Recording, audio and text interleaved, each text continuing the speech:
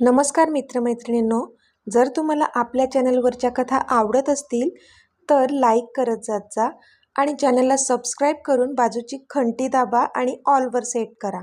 म्हणजे जेव्हा जेव्हा मी नवीन व्हिडिओ किंवा कोणतीही नवीन पोस्ट अपलोड करेन तेव्हा ती सगळ्यात आधी तुमच्यापर्यंत पोहोचेल. धन्यवाद. तर वळूया आपल्या कथेच्या पुढच्या भागाकडे. इथे अमित त्या गोडाऊनच्या पूर्ण बाहेर आला होता. त्याची सगळी माणसंसुद्धा बाहेर होती.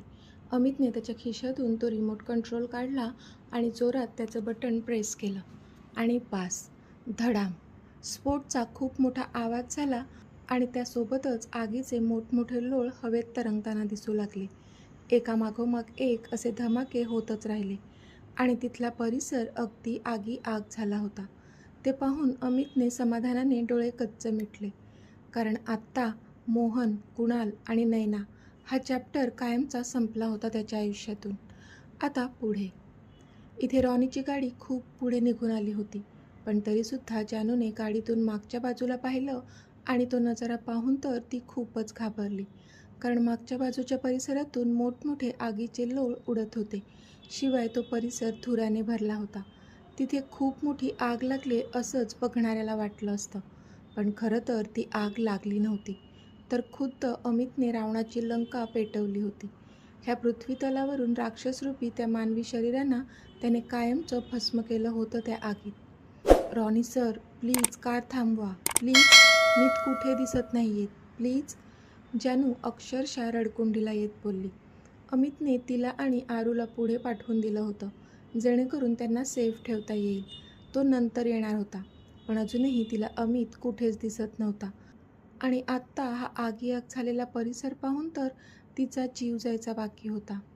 Ma'am, I am sorry, I can't, Ronnie बोलला. तो तरी काय करू शकत होता. त्याच्या बॉसची ऑर्डर होती की त्या दोघींना लगेचच सेफ ठिकाणी पोचवायचं आणि तो तीच ऑर्डर फॉलो करत होता. रॉनी सर, प्लीज थांबवा कार, जानू आता चिडून बोलली. पण तरी रॉनीने कार थांबवलीच नाही. रॉनी, कार थांबवा, ब्रो अजूनही आला नाहीये, I said stop the car. आता आरू जोरातच चिडून ओरडली. पण रॉनीने तिच्याकडे पाहून इवलंसं तोंड केलं, पण कार मात्र थांबवलीच नाही. बिचारा कात्रीत अडकला होता. एकीकडे जानू आणि आरू त्याच्या उरावर बसल्या होत्या कार थांबवण्यासाठी आणि दुसरीकडे त्याचा बॉस होता, ज्याने त्याचा जीव घेतला असता ह्यांना सेफ ठेवलं नसतं तर. त्याला काही सुधरत नव्हतंच, पण इतक्यात देवच जणू मदतीला आला असेल त्याच्या, अशी स्माईल त्याच्या चेहऱ्यावर आली. इथे जानू आणि आरू त्याच्याकडे रागाने पाहत होत्या आणि तो मात्र स्माईल करत होता. जान्हवी मॅम, आरू, जरा वळून मागे बघा, रॉनी बोलला. तशी त्या दोघींनी आपली मान वळवून कारच्या मागच्या बाजूला पाहिलं. तेव्हा खूप दूर त्यांना एक कार सुसाट वेगाने येताना दिसली, जी त्या धुरातून रस्ता काढत खूप फास्ट येत होती. तशी त्या दोघींच्या चेहऱ्यावर सुद्धा स्माईल आली, कारण ती कार त्याची होती आणि लांबूनसुद्धा त्या दोघी त्याची कार ओळखू शकत होत्या. मॅम, आता नको ना थांबवू मी कार, रॉनीने मुद्दाम हसून विचारलं. तसे तिने डोळे बारीक करून त्याच्याकडे पाहिलं. नका थांबवू, ती हसून बोलली आणि तिने स्वतःच्याच डोक्यावर एक टपली मारली. कारण नेहमी ती उगाच त्याची काळजी करत बसायची, जेव्हा की ती नेहमी विसरायची की तो तिचा मीत तर आहेच, पण त्यासोबतच तो अमित राज्याध्यक्षसुद्धा आहे आणि अमित राज्याध्यक्ष काय चीज आहे हे वेगळं सांगण्याची कोणतीच गरज नव्हती. त्या आगीच्या लोळांमध्ये 3 दानव भस्मसात झाले होते, ज्यांनी त्याच्या कुटुंबाला खूप म्हणजे खूप दुःख दिलं होतं. त्याने त्यांना खूप साऱ्या संधी दिल्या होत्या, पण शेवटी राक्षसी बुद्धी होती त्यांची. फक्त आणि फक्त वाईटच घडत होतं त्यांच्या हातून, ज्यामुळे त्याचं आणि त्याच्या कुटुंबाचं आयुष्य पार ठवळून निघालं होतं. म्हणून आज त्याने त्या तिघांचा काय तो एकदाच नायनाट केला होता. शेवटी त्यांचा अंत हाच त्यांच्या दुष्कर्माला पूर्णविराम लावणार होता, जो अमितने लावला होता. मरतानासुद्धा त्या तिघांना आरडाओरडा करण्याचा चान्स त्यांनी दिला नव्हता. एक घाव आणि त्या एका घावातच भस्म झाले होते ती तिघं. आत्ता कुठे त्याच्या जीवाला शांती मिळाली होती. म्हणून मागच्या त्या आगीच्या लोळांना वळून बघताना एक समाधानाचं हसू होतं त्याच्या ओठांवर. त्यानंतर मात्र त्याने त्याच्या गाडीचा स्पीड अजूनच वाढवला आणि सुसाट निघाला तो त्याच्या घराच्या दिशेने. संध्याकाळ झाली होती आणि आत्ता ते घरी पोचले होते. त्याच्या आधीच पिकनिकला जेवढे जण गेले होते सगळे आले होते. सगळी मुलं थकली असल्यामुळे मधूने त्यांना लाईट काहीतरी खायला देऊन झोपी लावलं होतं. इथे अमित राम आणि रीमांजवळ त्यांच्या रूममध्ये बसला होता. तसं तर तो काय करणार आहे हे आधीच त्याच्या मॉम डॅडना त्याने आयडिया दिली होती. पण तरी आता तो जे करून आला होता ते इत्थंभूत त्यांना सांगत होता. मॉम, डॅड, मी बरोबर केलं ना? त्याने विचारलं. हो अमित, तू बरोबर केले. त्यांनी खूप दुःख दिलं आहे आपल्या सगळ्यांनाच. तो जरी माझा भाऊ असला तरी त्यांच्यासारख्या नीच प्रवृत्तीच्या माणसांना खरंच ह्या जगात राहण्याचा कोणताच अधिकार नाही आहे. राम एक सुस्कारा सोडत बोलले. तसं रीमा लगेच त्यांच्याजवळ गेले.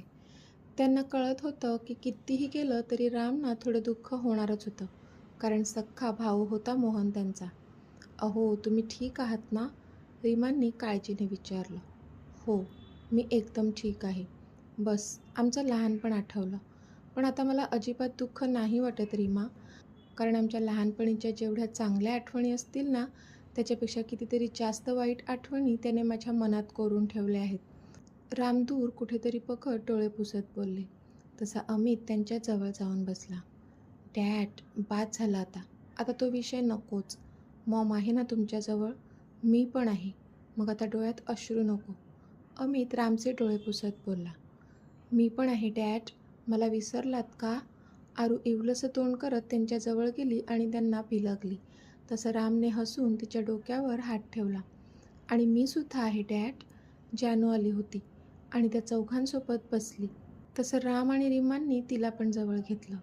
माझी फॅमिली माझी ताकद आहे आणि देवाच्या कृपेने तुम्ही सर्व माझ्या जवळ आहेत. राम सगळ्यांना कवेत घेत बोलले. आणि आपण कायम असे जवळच राहणार आहोत. अमित पण हसून बोलला. त्याच रात्री रॉनी त्याच्या घरी पोहोचला होता आणि आता बेडवर आडवा झाला होता. तोच त्याचा फोन वाजला. बॉस कॉलिंग येत होतं.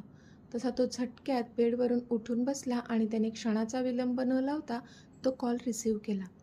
येस बॉस, तो बोलला. Ronnie, is everything okay? अमितने विचारलं.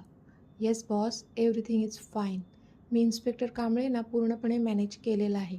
शिवाय इथले DCP-सुद्धा आपल्याच बाजूने आहेत. रॉनी बोलला. Okay good. त्या ॲक्सिडेंटचा कोणताच इफेक्ट माझ्या फॅमिलीवर पडता कामा नये. तू सगळं सांभाळून घेशील, राईट? अमित बोलला. Right boss, you don't worry at all. मी सगळं सांभाळून घेईल. खरं तर ते गोडाऊन तुमचं होतं हे तर त्यांना माहीत आहे आणि तिथे शॉर्ट सर्किटमुळे आग लागली आणि सिलेंडर असल्यामुळे एवढा स्फोट झाला असं कारण सांगितलं आहे मी. आज सुट्टी असल्यामुळे जास्त स्टाफ आणि वर्कर नव्हते. शिवाय त्या ज्या 3 बॉडीज सापडतील त्याची ओळखसुद्धा मी सांगेल तशीच पटवणार आहेत ते. तुम्ही अजिबात काळजी नका करू. रॉनी अमितला निर्धास्त करत बोलला. तसे अमितचे ओठ रुंदावले. त्याला रॉनीवर पूर्ण भरोसा होता. तो सगळं काम उत्तमरित्या पार पाडेल ह्याची शाश्वती होती त्याला. That's very good. Good night and take care. Amit बोलला. Have a good night boss. Ronnie बोलला आणि मग त्याने पण कॉल कट केला. पुन्हा तो बेडवर आडवा झाला. पण लगेच त्याच्या नजरेसमोर आरूचा चेहरा आला आणि पुन्हा त्याला टेन्शन आलं, कारण आत्ता त्याला खरंच त्याच्या बॉसशी बोलून त्याच्या बॉसच्याच बहिणीचा हात त्याच्यासाठी मागायचा होता आणि ते लवकरात लवकर करायचं होतं. विचार करूनच त्याने एक औंढा गिळला आणि झोपण्याचा प्रयत्न करू लागला तो. आता ह्या गोष्टीला 10 दिवस उलटून गेले होते. मधू, अर्णव आणि त्याची फॅमिली त्यांच्या घरी निघून गेले होते. सगळेजण आपापल्या कामात व्यस्त झाले होते. अमित पण ऑफिसच्या कामात बिझी झाला होता. जिनू आणि मीताची सुद्धा सुट्टी संपून त्यांची स्कूल सुरू झाली होती. एकंदरीत सगळं रुटीन सुरू झालं होतं. फक्त आरू तेवढी तिच्या रूममध्ये एकटी बसली होती. त्याला कारण पण हेच होतं की अजूनही रॉनी अमितशी त्यांच्या नात्याबद्दल बोललाच नव्हता आणि म्हणून दुःखी होती ती. तिने तिचा फोन घेतला आणि रागातच रॉनीचा नंबर डायल केला. इथे रॉनी अमितसोबत एका मीटिंगमध्ये होता. आरूचा नंबर बघून त्याने एकदा अमितकडे पाहिलं आणि तिचा कॉल कट केला. असं मीटिंगच्या मध्येच कॉल घेतल्याने अमित चिडतो हे माहीत होतं त्याला, म्हणून त्याने तिचा कॉल कट केला होता. पण मॅडमने पुन्हा कॉल केला आणि इथे पुन्हा एकदा औंढा गिळत त्याने तिचा कॉल कट केला. त्याला माहीत होतं की तिचा कॉल कट केल्याने जीव घेईल ती त्याचा. पण इथे तिचा भाऊ पण होता जो की मीटिंगमध्ये एवढं इम्पॉर्टंट डिस्कशन सुरू असताना कॉल घेतला तर त्याने आधी जीव घेतला असता त्याचा. बिचारा रॉनी ह्या दोन्ही भावा बहिणींच्या मध्ये अडकला होता. पण इथे त्याने 2 वेळा कॉल कट केल्याने आरूला राग यायच्या ऐवजी खूप वाईट वाटत होतं. तिने तसंच तिचं डोकं उशीमध्ये खूप बसलं आणि हमसून हमसून रडू लागली ती. कॉल कट केला म्हणून नव्हे, तर अजून त्यांचं नातं खरी कोणाला माहीत झालं नव्हतं म्हणून. उशीर होण्याआधी लवकर खरी कळायला हवं असं वाटत होतं तिला. इथे रॉनीने विचार केला होता की आपण नंतर कॉल करून तिला मनवू, पण आता बॉसच्या रागाला सामोरे जायला नको. ती आपल्याला समजून घेईल असं वाटत होतं त्याला. पण आता सध्या ती काय फील करत होती ह्यापासून अनभिज्ञ होता तो. जर त्याला जरा जरी कल्पना असती तर त्याने तिचा कॉल कट केला नसता. आता त्याची मीटिंग संपली होती आणि तो फ्री झाला होता. तसं त्याने पटकन त्याचा फोन काढला आणि आरूचा नंबर डायल केला. पण रिंग जाऊनही कॉल घेत नव्हती ती. त्याने बऱ्याचदा कॉल केला तिला, पण नाही, एकदाही कॉल घेतला नव्हता तिने त्याचा. ओ गॉड, राग भयंकर आलाय वाटतं मॅडमला, तो मनातच बोलला आणि त्याने तिला सॉरीचा मेसेज सेंड केला. पण तरी त्या मेसेजला पण रिप्लाय नाही आला तिचा. तसं त्याचं तोंड पडलं. आज राज्याध्यक्ष विलामध्ये जाऊनच मला मॅडमचा राग काढावा लागेल वाटतं. एक सुस्कारा सोडत तो मनातच बोलला आणि मग आपल्या कामाला लागला. Ronnie, come in to my cabin. Amit बोलला तसं रॉनी पटकन आत त्याच्या केबिनमध्ये आला. येस बॉस, रॉनी बोलला. रॉनी, आता काही इम्पॉर्टंट शेड्यूल आहे का तुझं? अमितने विचारलं.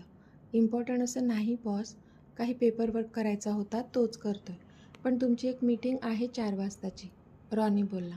माझ्या 3 वाजल्यानंतरच्या सगळ्या मीटिंग्स कॅन्सल कर. तुझं पेपरवर्क आहे ते उद्या पूर्ण कर. आता तुला ह्यांच्यासोबत राज्याध्यक्ष विलामध्ये जायचं आहे. अमित समोर उभ्या असणाऱ्या एका माणसाकडे बोट दाखवत बोलला तसं रॉनीने त्या माणसाकडे पाहिलं, जो सध्या हसून त्याच्याचकडे पाहत होता. रॉनीला तर आनंदच झाला, कारण काहीही न करता त्याला राज्याध्यक्ष विलामध्ये जायला मिळत होतं. नाहीतर उगाच त्याला संधी शोधावी लागली असती त्यासाठी. ओके बॉस, रॉनी हसून बोलला. ओके देन, तू ह्यांच्यासोबत घरी जा. स्टाफच्या मदतीने सगळं सामान नीट अरेंज करून ठेव. ओके, अमित बोलला. ओके बॉस, पण तुम्ही, रॉनीने विचारलं. मी मागून येईन. ओके, अमित बोलला. ओके बॉस, पण काही स्पेशल आहे का आज? नाही म्हणजे इतके सारे गिफ्ट्स आणि स्वीट्स, कोणी येणार आहे का? रॉनीने विचारलं. तसा अमित ओठांच्या कोपऱ्यात हसला. हो तसंच काहीसं, सरप्राईज आहे ते, तुला पण तेव्हाच कळेल, अमित बोलला तशी रॉनीने हसून होमध्ये मान हलवली. तू जा आणि घरी सगळी अरेंजमेंट करून ठेव, मी मागून येतो, अमित बोलला. Yes boss. चला, रॉनी एकदा अमितकडे तर एकदा त्या माणसाकडे पाहून बोलला आणि त्या माणसासोबत बाहेर पडला. रॉनी त्या माणसाला घेऊन राज्याध्यक्ष विलाच्या दिशेने निघाला होता. अमित असं काय सरप्राईज देणार होता ते तर त्याला माहीत नव्हतं आणि जाणून घेणं पण त्याला एवढं महत्त्वाचं वाटत नव्हतं, कारण सध्या राज्याध्यक्ष विलामध्ये जाऊन त्याच्या राणीला कसं मनवायचं एवढाच काय तो विचार त्याच्या डोक्यात घोळत होता.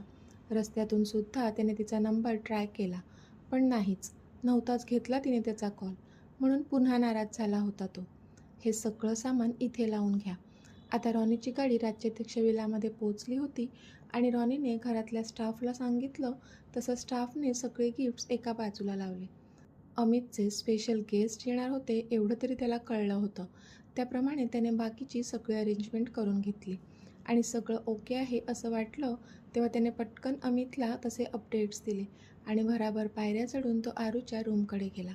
कधी एकदा हे काम संपवतो आणि तिच्याकडे जातो असं झालेलं त्याला. म्हणून जसं त्याचं काम संपलं त्याने पटकन तिच्याकडे धाव घेतली. आजूबाजूला कोणी नाही आहे असं पाहून त्याने तिच्या रूमचा दरवाजा ओपन केला आणि पटकन आत शिरून लातून लॉक केला.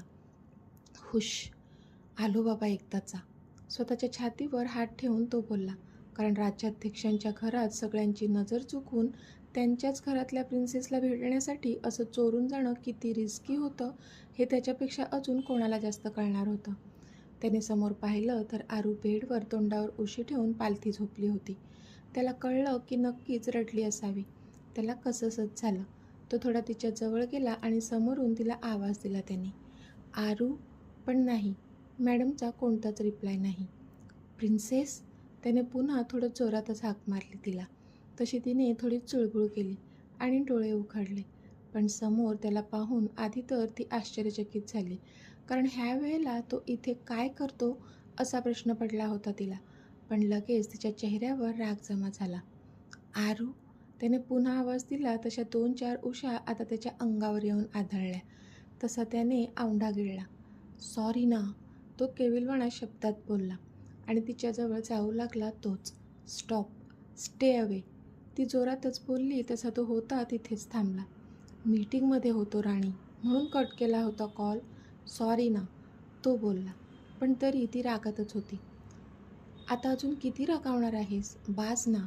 बघ, मी आलो की नाही तुला भेटायला, तो तिला मस्का मारत बोलला तसे तर तिने डोळेच फिरवले. बरं, शिक्षा दे हवं तर, मग तर झालं, तो बोलला, पण ती नाही की चू नाही. तू रागावली होतीस म्हणून तुझा राग काढायला मी आलो होतो, पण मला वाटतं मी इथे आलेलं तुला नाही आवडलं. ठीक आहे, मीच जातो इथून. आय एम सॉरी, तो बोलला आणि तिथून बाहेर जाण्यासाठी वळला. तो मुद्दाम तिला इमोशनल ब्लॅकमेल करू पाहत होता. एक पाऊल जरी पुढे टाकलंस ना तर खबरदार. तिचा धारदार आणि रागीट आवाज आला तसा तो होता तिथेच थांबला. पण त्याने पाहिलं तर ती आता बेडवरून खाली उतरून आली होती आणि बरोबर त्याच्या समोर उभी होती. तसं पुन्हा त्याने भीतीने एक आवंढा गिळला, कारण ती आता त्याच्याकडे रागातच पाहत उभी होती. सॉरी माय फूट. ती रागात बोलली आणि तिने त्याला कॉलरला पकडून समोरच्या भिंतीवर पुश केलं. सॉरी म्हणाले की झालं, नाही का? तेवढंच येतं तुम्हाला फक्त. सॉरी म्हणा आणि हात झटका, नाही का? ती रागात त्याची कॉलर पकडूनच बोलली. मग काय म्हणून मी? आता चूक केली आहे तर सॉरी पण म्हणावं लागेलच ना. मी मीटिंगमध्ये होतो म्हणून तुझा कॉल घेतला नव्हता, तो पुन्हा इवलंसं तोंड करून बोलला. तसे तिने डोळेच फिरवले. रॉनी प्लीज, त्या गोष्टीसाठी मी नाही रागावले, कळत नाही का तुम्हाला? ती बोलली. मग दुसरं मी काय केलं आता? तो वरती बघून आठवत बोलला. तसे तिने डोळे कच्च मिटले आणि त्याची कॉलर सोडून दिली. रॉनी, मी आपल्याबद्दल ब्रोला सांगण्याबद्दल सांगते. तुम्ही अजूनही सांगितलं नाही आहे त्याला. तुम्ही मलासुद्धा काही सांगू देत नाही आहेत. अशाने घरी कसं कळणार आपलं नातं? ती खूपच आर्त आवाजात बोलली. तसं त्याने एक सुस्कारा सोडला आणि तिचा चेहरा ओंधळीत पकडला. आरू, इतके दिवस मी त्या मोहनच्या केसमध्ये गुंतलो होतो आणि मागचे 4 दिवस तर आउट ऑफ टाऊन होतो. तुला तर माहीतच आहे. नंतर बॉस पण बिझी होते, म्हणून नाही विषय काढू शकलो त्यांच्यासमोर. पण आत्ता मी महत्त्वाच्या कामातून फ्री झालो आहे आणि उद्याच बॉसशी बोलणार आहे. मग आर्या पार, जे व्हायचं आहे ते होऊ देत. पण उद्या मी नक्की बोलेल बॉसशी. तो बोलला तशी तिच्या ओठांवर स्माईल आली. खरंच? तिने आनंदाने विचारलं. हो, खरंच. त्याने पण तिच्या डोक्याला डोकं लावून हसून सांगितलं. तशी तिने हसून त्याला मिठीच मारली. हॅपी? त्याने विचारलं. Yes yes yes, so much happy, ती तिची मिठी अजूनच घट्ट करत बोलली. तसा तो गालातच हसला. तसं आरू, तू म्हणत असशील तर मी आत्ता पण जाऊन सांगू शकतो हा बॉसना, तो बोलला. तशी ती त्याच्या मिठीतून बाहेर आली आणि आश्चर्याने त्याच्याकडे पाहू लागली. काय, आत्ता? तिने विचारलं. तशी त्याने हसून हो मध्ये मान हलवली. पण त्यासाठी तुला पण मला काहीतरी द्यावं लागेल, तो बोलला. तशी ती डोळे बारीक करून त्याच्याकडे पाहू लागली. काय द्यावं लागेल? तिने एक भुवई उंचावून विचारलं. तसा तो कालात हसला. एक किस? तो तिचा खालचा ओठ रब करत बोलला. तशी ती मोहरली. काय? ती डोळे मोठे करून बोलली. एकच. मग बघ, आत्ताच जाऊन बोलतो की नाही तुझ्या ब्रोशी, तो बोलला. नाही हां, अजिबात नाही, ती बोलली खरी, पण तिचे शब्द आणि हावभाव मॅच होतच नव्हते. इतके दिवस तर ती पण दूर होतीच ना त्याच्यापासून, म्हणून शब्दात जरी नकार असला तरी मनात मात्र त्याने जवळ घेऊन आपल्या भावनांना शांत करावं असंच वाटत होतं तिला.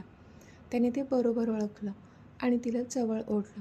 तशी ती कावरीबावरी होऊन त्याच्याकडे पाहू लागली. श्श, त्याने तिच्या ओठांवर बोट ठेवलं. तसे तिने डोळे मिटले. तो पण हळूहळू तिच्यावर झुकला आणि आत्ता तो तिच्या ओठांना स्वतःच्या ओठांमध्ये बंदिस्त करणारच होता की इतक्यात तिच्या पॅन्टच्या खिशात असणारा तिचा मोबाईल जोरात वाजला. तसं दचकून तिने त्याला सोडलं. आत्ता कोण आहे? तिने त्रासिक चेहरा करूनच फोन बघितला, कारण त्यांच्या स्पेशल मोमेंटमध्ये तो वाजला होता, ज्यामुळे तिला राग आला होता. पण स्क्रीनवर झळकणारं नाव बघूनच तिला तो कॉल घ्यावाच लागणार होता, कारण स्क्रीनवर ब्रो कॉलिंग येत होतं. तिने ती स्क्रीन रॉनीला दाखवली आणि कॉल रिसीव्ह केला. येस ब्रो, ती बोलली. आरू कुठे आहेस, अमितने विचारलं. मी तिचे आता धाबे दणाणले होते, कारण सध्या रॉनी तिच्यासोबत होता आणि जर अमितने त्याला तिच्यासोबत एकत्र तिच्या बेडरूममध्ये पाहिलं असतं तर मग झालंच असतं कल्याण. हो, कुठे आहेस तू, लवकर खाली ये, तो बोलला. मी टेरेसवर आहे ब्रो, ती खोटंच बोलली. टेरेसवर काय करतेस तू, ये खाली पटकन, तुझ्यासाठी सरप्राईज आहे, तो हसून बोलला. सरप्राईज, तिने विचारलं. हो सरप्राईज, तू ये तर, का मग मीच येऊ तुला घ्यायला, त्याने विचारलं.